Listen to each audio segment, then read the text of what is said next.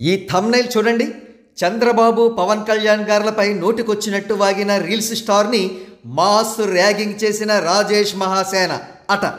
YSRCP leader Margani భరత్ను target చేస్తూ మహాసేన రాజేష్ చేసిన video ఇది. కాగా ఇక్కడ థంబ్నెయిల్లో ఉన్నదాని ప్రకారం సీఎం చంద్రబాబు నాయుడు గారిపైన, డిప్యూటీ సీఎం పవన్ కళ్యాణ్ గారిపైన మార్గాని భరత్ నోటికొచ్చినట్లు వాగినట్లుగా ఉంది. కానీ వాస్తవం అది కాదు.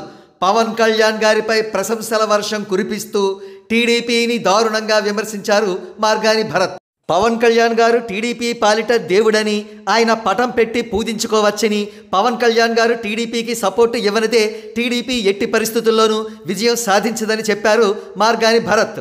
మార్గాని భరత్ స్టేట్మెంట్స్ వెనుక ఆయన పొలిటికల్ స్ట్రాటజీ ఆయనకు ఉండవచ్చు, అది సెకండరీ.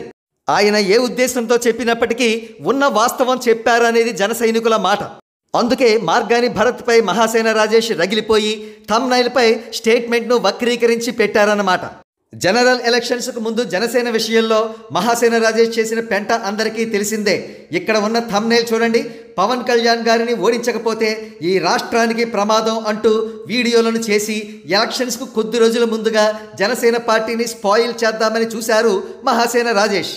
కాగా అప్పట్లో మహాసేన రాజేష్ చేసిన ఇటువంటి వీడియోలు వెనుక నారా లోకేష్ గారి హస్తం ఉందనే గాసిప్స్ వినిపించాయి. కాగా ఇటీవల మహాసేన రాజేష్ నారా లోకేష్ గారిని కలవడంతో కూటమిలో ఉన్న జనసేన పార్టీపై బురద జల్లిన మహాసేన రాజేష్తో నారా లోకేష్ గారు ఎందుకు కలిశారనే విమర్శలు చెలరేగుతున్నాయి. దీనికి సమాధానం చెప్పాల్సింది బహుశా నారా లోకేష్ గారేనేమో.